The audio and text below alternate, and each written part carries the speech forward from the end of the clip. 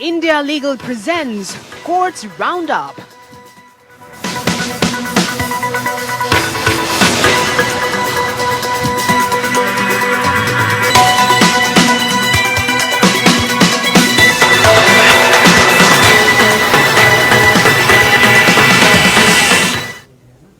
Money laundering case में jail में बंद तमिलनाडु के मंत्री सेंथिल बालाजी के अभी तक मंत्री बने रहने के मामले में सुप्रीम कोर्ट में सुनवाई हुई। सुप्रीम कोर्ट ने सेंथिल बालाजी को तमिलनाडु सरकार में मंत्री पद से हटाने की याचिका खारिज की। उन्हें ईडी ने पिछले साल जून के महीने में गिरफ्तार किया था। उनसे पीएमएलए के तहत नौकरी घोटाले को लेकर पूछताछ की गई थी। नवंबर के महीने में उन्होंने सुप्रीम कोर्ट में एक जमानत याचिका डाली थी, जिसे कोर्ट ने खारिज कर दिया था। सुप्रीम कोर्ट ने मेडिकल के आधार पर जमानत देने से ये कहते हुए इनकार कर दिया था कि नियमित जमानत देने के लिए निचली अदालत में याचिका डालें। साथ ही कहा था कि निचली अदालत का फैसला प्रभावित नहीं होना चाहिए।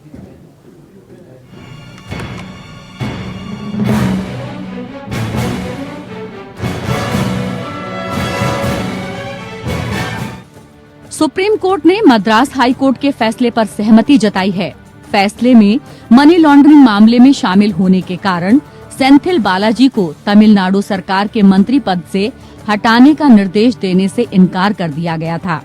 जस्टिस अभय एस ओक और जस्टिस उज्जवल भुइयां की खंडपीठ ने कहा, हाई कोर्ट के अपेक्षित फैसले को ध्यान में रखते हुए हम अपनाए गए दृष्टिकोण से सहमत हैं। अनुच्छेद 136 के तहत किसी हस्तक्षेप की आवश्यकता नहीं है।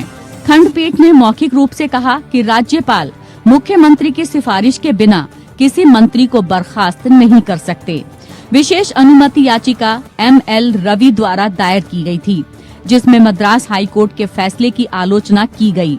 कोर्ट ने तमिलनाडु मंत्रिमंडल में बिना विभाग के मंत्री के रूप में बालाजी की निरंतरता पर निर्णय लेने का अधिकार तमिलनाडु के मुख्यमंत्री पर छोड़ दिया था। मद्रास हाई कोर्ट का फैसला प्रवर्तन निदेशालय द्वारा उनकी गिरफ्तारी के परिणाम स्वरूप तमिलनाडु मंत्रिमंडल में बालाजी की निरंतरता को चुनौती देने वाली याचिका पर पारित किया गया। उसी पर सुनवाई करते हुए अदालत की डिवीजन बेंच ने सवाल किया कि वह राज्यपाल द्वारा कैबिनेट से हटाने के किसी भी विशेष आदेश के बिना, पोर्टफोलियो के बिना बालाजी के मंत्री पद पर बने रहने के खिलाफ आदेश कैसे पारित कर सकती है। ये नोट किया गया है कि जन प्रतिनिधित्व अधिनियम के अनुसार भी किसी व्यक्ति को केवल आपराधिक मुकदमा चलने तक मंत्री पद संभालने से नहीं रोका जा सकता, बल्कि दोषी पाए जाने पर ही अयोग्य ठहराया जाता है।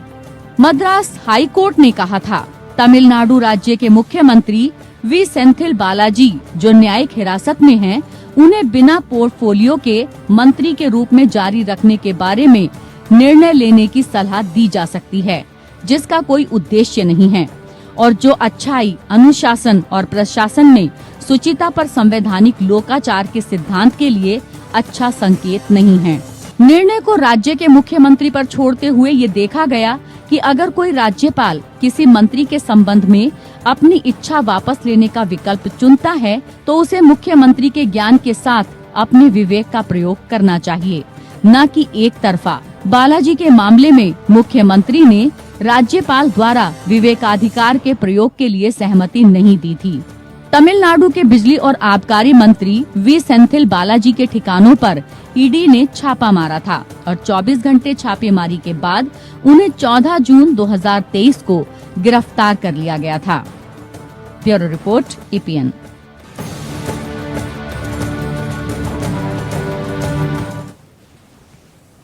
उत्तर प्रदेश में हलाल सर्टिफिकेट वाले उत्पादों की बिक्री पर रोक लगाने और हलाल सर्टिफिकेट जारी करने वाली संस्थाओं पर FIR दर्ज किए जाने के खिलाफ दाखिल याचिका पर सुप्रीम कोर्ट ने यूपी सरकार को नोटिस जारी किया है। चेन्नई के हलाल इंडिया प्राइवेट लिमिटेड ने यूपी सरकार और FSSAI के फैसले को गलत बताते हुए याचिका दाखिल की है। याचिकाकर्ता ने दलील दी कि इस फैसले का पूरे देश पर असर होगा, इसीलिए सुनवाई सुप्रीम कोर्ट में होनी चाहिए। उत्तर प्रदेश में नवंबर 2023 में हलाल सर्टिफिकेट वाले खाद्य उत्पादों पर रोक लगा दी गई थी। सरकार की ओर से इस संबंध में जारी आदेश में कहा गया था कि राज्य में अब हलाल सर्टिफिकेट वाले उत्पादों के निर्माण, भंडारण, वितरण और बिक्री को तत्काल प्रभाव से बैन कर दिया गया है। हलाल को लेकर अमूमन विवाद होते रहे हैं। दरअसल जिस जानवर को जिबाह करके मारा जाता है उसके मांस को हलाल कहा जाता है। जिबाह करने का मतलब ये होता है कि जानवर के गले को पूरी तरह से काटने के बजाय उसे रिद दिया जाता है, जिसके बाद उसके शरीर का लगभग सारा खून बाहर निकल जाता है। ऐसे में जानवर के मांस को हलाल मीट वाला सर्टिफिकेशन मिलता है। हलाल सर्टिफिकेशन इस्लाम के अनुसार दिया जाता है। हलाल सर्टिफिकेशन को ऐसे समझ सकते हैं कि ऐसे प्रोडक्ट्स जिन्हें मुस्लिम समुदाय के लोग इस्तेमाल कर सकते हैं, मुस्लिम प्रोडक्ट हलाल प्रोडक्ट का ही इस्तेमाल करते हैं। हलाल सर्टिफाइड होने का मतलब ये होता है कि मुस्लिम समुदाय के लोग ऐसे प्रोडक्ट को बिना किसी संकोच के खा सकते हैं। भारत में हलाल सर्टिफिकेशन के लिए कोई सरकारी संस्था नहीं है। कई प्राइवेट कंपनियां और संस्थाएं ऐसे सर्टिफिकेशन को जारी करती है। आरोप है कि हलाल मार्केट को बढ़ाने के लिए कुछ संस्थाएं ऐसे प्रोडक्ट्स पर भी ये सर्टिफिकेशन दे रही है जिन्हें तमाम लोग रोजाना इस्तेमाल करते हैं। यूपी सरकार का कहना है कि सिर्फ मीट की बिक्री पर ही ऐसे सर्टिफिकेशन की जरूरत होती है। तमाम पैकेज्ड फूड जो होते हैं ऐसे सर्टिफिकेशन की जरूरत नहीं होती और मुख्यमंत्री योगी आदित्यनाथ ने इसकी जांच एसटीएफ को भी सौंपी थी।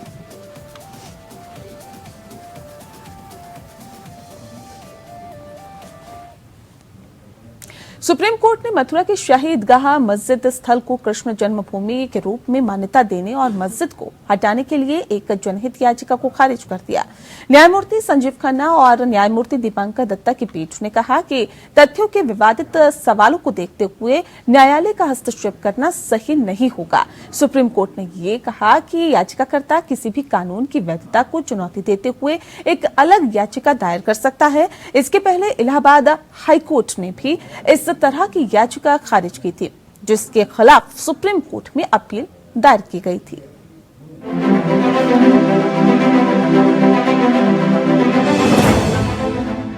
सुप्रीम कोर्ट ने मथुरा की शाही ईदगाह मस्जिद को हटाने की मांग वाली एक जनहित याचिका खारिज कर दी।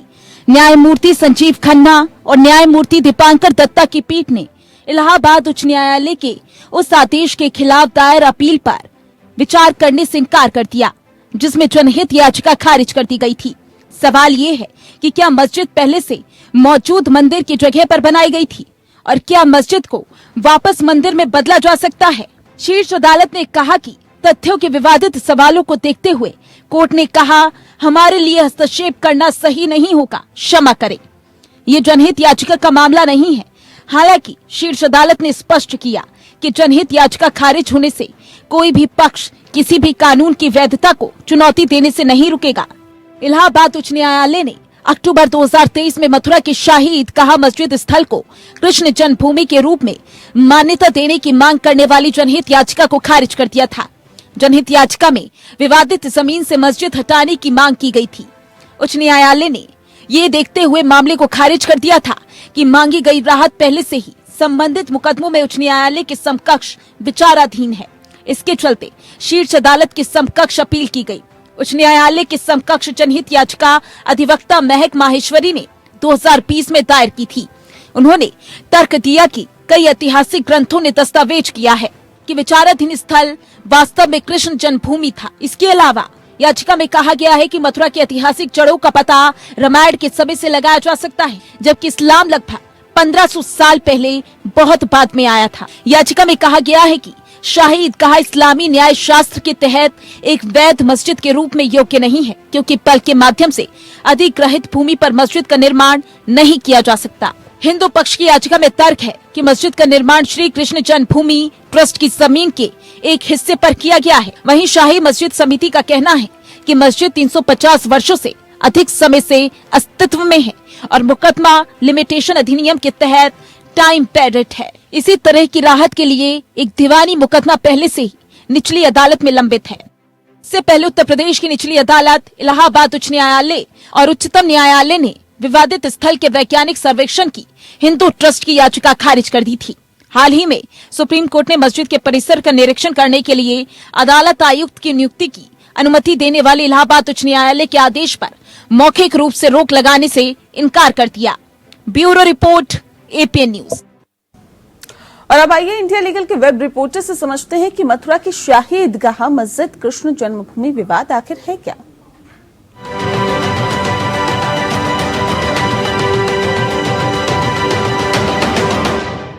कृष्ण जन्मभूमि, आखिर ये कंट्रोवर्सी है क्या?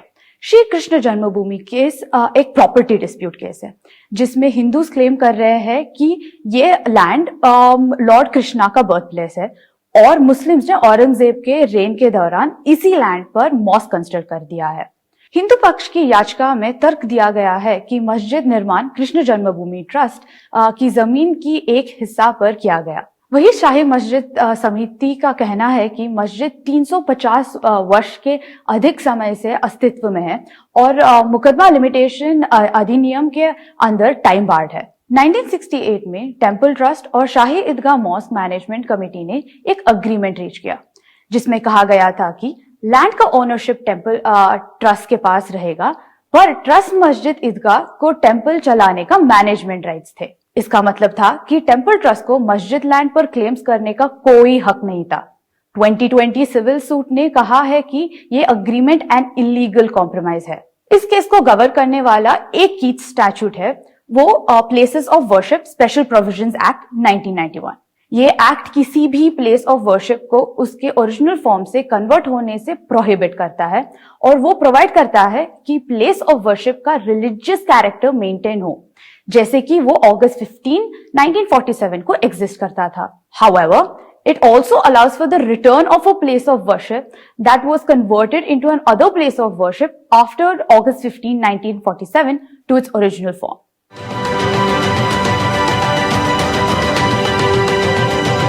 सुप्रीम कोर्ट ने 2013 दाभोलकर हत्या मामले में आरोपी विक्रम भावे को जमानत देने के बॉम्बे हाईकोर्ट के फैसले को चुनौती देने वाली याचिका खारिज कर दी है। आपको बता दें कि जस्टिस एम सुंदरेश और जस्टिस SVN भट्टी की खंडपीठ को इस मामले पर हाईकोर्ट के फैसले में हस्तक्षेप करने का कोई कारण नहीं मिला। उन्होंने कहा कि फैसले में पर्याप्त कारण दिए गए हैं। नरेंद्र दाभोलकर की बेटी मुक्ता दाभोलकर द्वारा दायर याचिका खारिज कर दी गई है। तर्कवादी और सामाजिक कार्यकर्ता नरेंद्र दाभोलकर की 2013 में सुबह की सैर के दौरान चरमपंथी तत्वों ने गोली मारकर हत्या कर दी थी। मामले में प्रतिवादी नंबर 3 भावे को आरोपी शरद कालस्कर के बयान के आधार पर आरोपित किया गया था, जिसने कथित तौर पर दाभोलकर को गोली मारी थी। दावा किया है कि भावे ने उस स्थान की रेकी करने में मदद की थी जहां घटना हुई थी।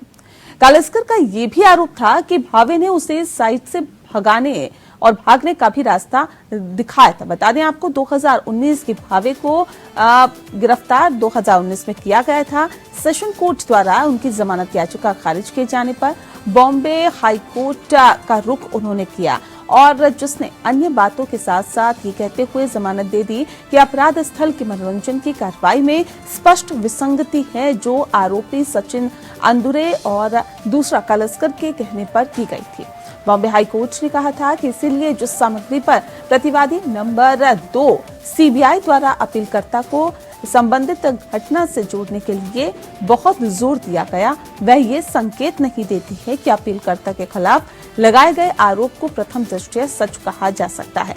याचिकाकर्ता के इस तर्क पर कि कार्रवाई में विसंगति ट्रायल का विषय है।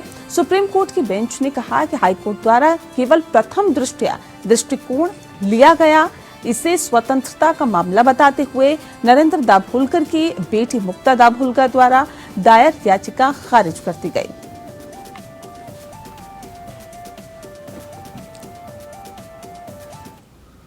वहीं सुप्रीम कोर्ट ने डिजिटल डिवाइस की खोज और जब्ती के लिए दिशा निर्देश की मांग करने वाली न्यूज क्लिक की याचिका पर दिल्ली पुलिस, CBI, ED जैसी जांच एजेंसियों से जवाब मांगा है। जस्टिस BR गवाई और जस्टिस संदीप मेहता की खंडपीठ digital media platform news click और उसके संस्थापक प्रबीर पुरस्कास्थ द्वारा संविधान के अनुच्छेद 32 के तहत दायर रिट याचिका पर सुनवाई कर रही थी।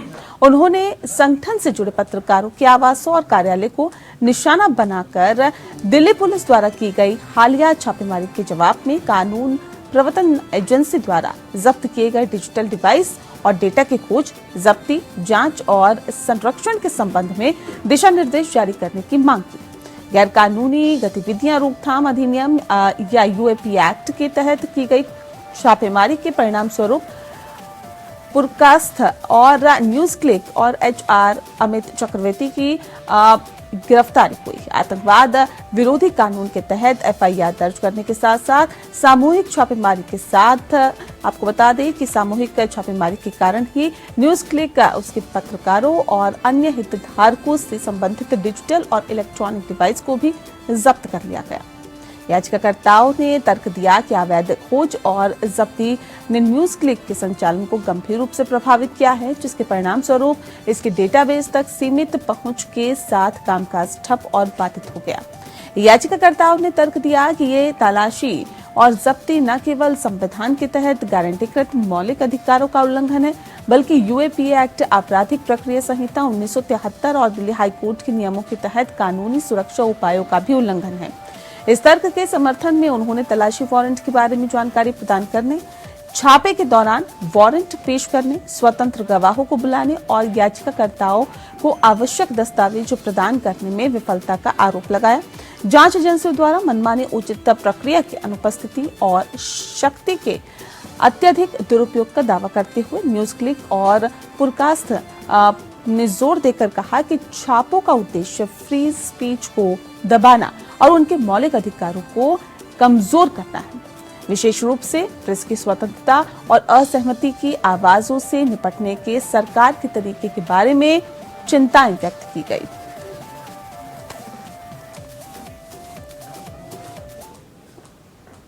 भीमा कोरेगांव मामले में आरोपी गौतम नवलखा की जमानत मामले में सुप्रीम कोर्ट में सुनवाई हुई। इसमें सुप्रीम कोर्ट से गौतम को फिलहाल राहत नहीं मिली है। बता दें आपको कि जस्टिस एम सुंदरेश की अध्यक्षता वाली बेंच ने यूएपीए के तहत आरोपी गौतम नवलखा की रिहाई पर दिए गए बॉम्बे हाईकोर्ट के आदेश पर सुप्रीम कोर्ट द्वारा लगी अंतरिम रोक को आगे बढ़ा दिया। इस मामले में सीजीआई के पास भेज दिया इस मामले को। साथ ही अब सीजीआई मामले की अगली सुनवाई के लिए उचित पीठ के पास इसे भेजेंगे। दरअसल एनआईए ने बॉम्बे हाईकोर्ट के उस आदेश को सुप्रीम कोर्ट में चुनौती दी जिसमें यूएपीए के मामले में गौतम नवलखा को जमानत दे दी गई थी। सुप्रीम कोर्ट में सुनवाई के दौरान बॉम्बे हाईकोर्ट के आदेश पर पिछली सुनवाई में अंतरिम रोक लगा दी गई थी।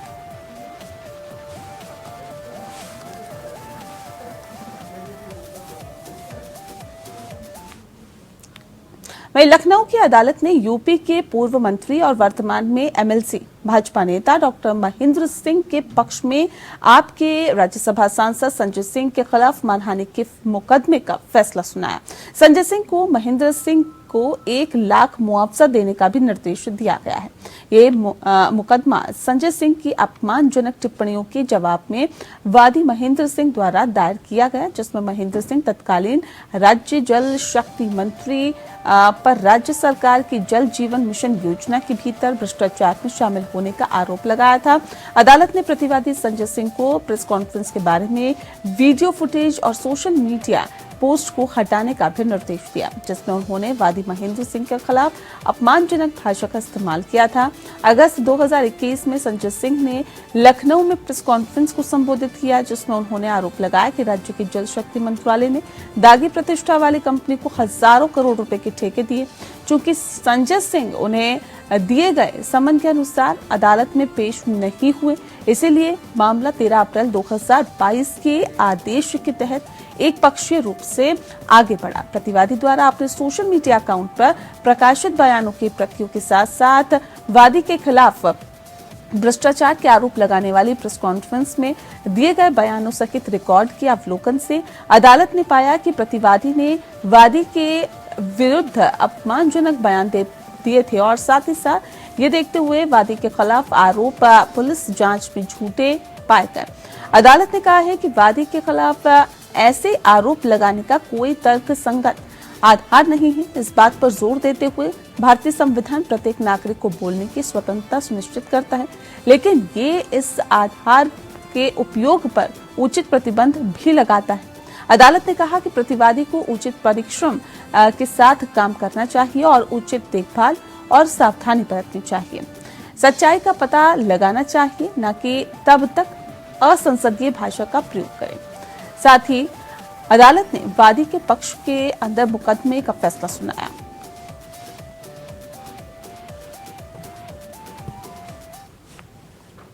और इसी के साथ फिलहाल इस बुलेटिन में इतना ही। नमस्कार। India Legal presents Courts Roundup.